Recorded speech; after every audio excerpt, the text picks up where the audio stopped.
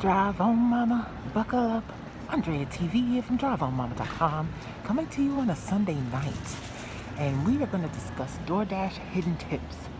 We're going to work for about 3 or 4 hours tonight, and we're going to see how many orders are hidden tips.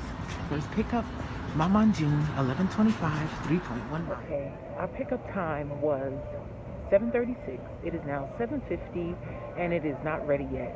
There was somebody sitting down at the table when I walked in, and they just asked him the name of his order again. But because this is the day before the end of the month for Top Dasher, we're going to hold on to it, and let's see how long it sold for that first order. It was ready within 5 minutes, and we have dropped off and delivered, and there was no hidden tip. With 4 items at a local restaurant, if it's 4 entrees, then there's a greater chance of a hidden tip. But when I did select it, the items, one was a side salad and one was an extra bread. So really it was only 2 entrees. So the customer tipped $4. It's a $3 peak pay, and the rest was base pay from Doordash. And we have our next order. This one should have a hidden tip. It is 10 items. The subtotal is $100.32. I just made it into the large order program yesterday. So this is my first order over $100. But it should be a hidden tip. We're picking up at Mr. Chin's Organic Chinese Food. Let's go get it. Okay, that last order did have a hidden tip. We received $19.55 instead of the $10.25 that was shown. And you can see the breakdown on the screen. And we do have our next offer. We are going to Meiwa. I received the order about a mile away from the store. This also has a subtotal of $100.50-something. About 4 or 5 of the items are like sauces and some extra pancakes, but it's still quite a large order. And this Chinese restaurant is not inexpensive. You have to go in through the back door so you can't see the front. And it's going 6 miles. I typically do not take 6 miles, but on the strength that I'm believing that there is a hidden tip, and even if it's not, that's still 3 times the mileage, $6, $12, $18, $19. Still the $3 peak pay going on to $9.29. Okay, that last order, there was a hidden tip as expected. And thank you, Miss Customer. She came outside to meet me. It was dropping off downtown DC with parking, even on a Sunday. Could be a little difficult. And we have our next order. This one is for $9.75, 2 items, 3.1 miles. We are not expecting a hidden tip.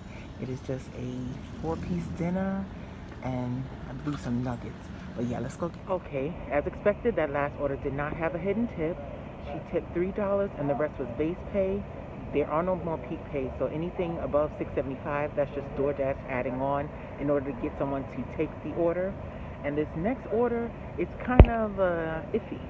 So the subtotal was $40.97, but it is salad, crab and artichoke dip, and hummus. So it's a very small order when it comes to actual food. There's no entree, but it's also a $40 subtotal. So they may have given a hidden tip, but I'm going to the side of not, because it's 1.7 miles in total, and I was a mile away from the restaurant. We are picking up at Clyde's of Chevy Chase. Okay, so that last order, there was no hidden tip. It was, I believe, $4 or $4.50 tip, and then the rest was base paid by Doordash. And we have ended our dash for the night.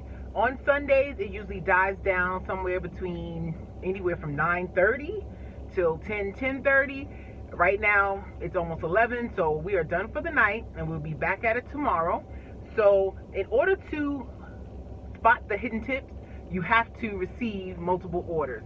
And in my market, it is now a diamond zone, meaning if your percentage acceptance rate is not 50%, whether you are a top dasher or not, you are not going to see the orders with the high item counts and the bigger subtotals.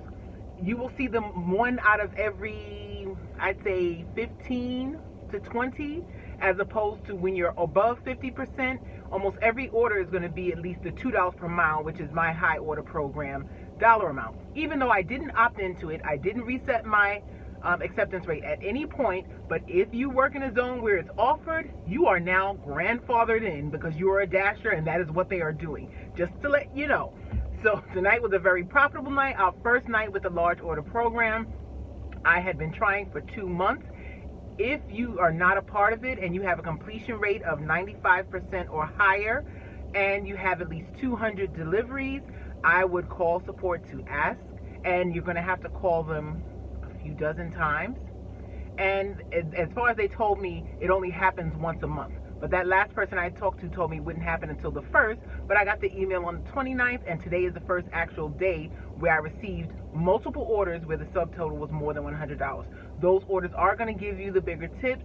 Overall, it's not a promise or a guarantee, but if you have a tipper, then when they order more food, they're going to tip accordingly. If you have someone who is not a big tipper, period, or cheap, if they tip $3, they're going to tip $3 on $200 worth of food. It's going to happen. So, but you're going to leave yourself in a better position to get higher subtotals and potentially higher tips if you are able to get into large order programs and if you keep your acceptance rate 50% or above. Hopefully this helps. And to end a little different, today at my son's baseball game, he had a couple of RBIs, but this is just one of them because I like to switch it up a little bit. So drive on, mama. You know what? Last inning. All right! Woo! Last inning, they did the same thing. Yes. Last inning, I saw, but they didn't say. All right. I saw somebody came in last and they ran and said Good job.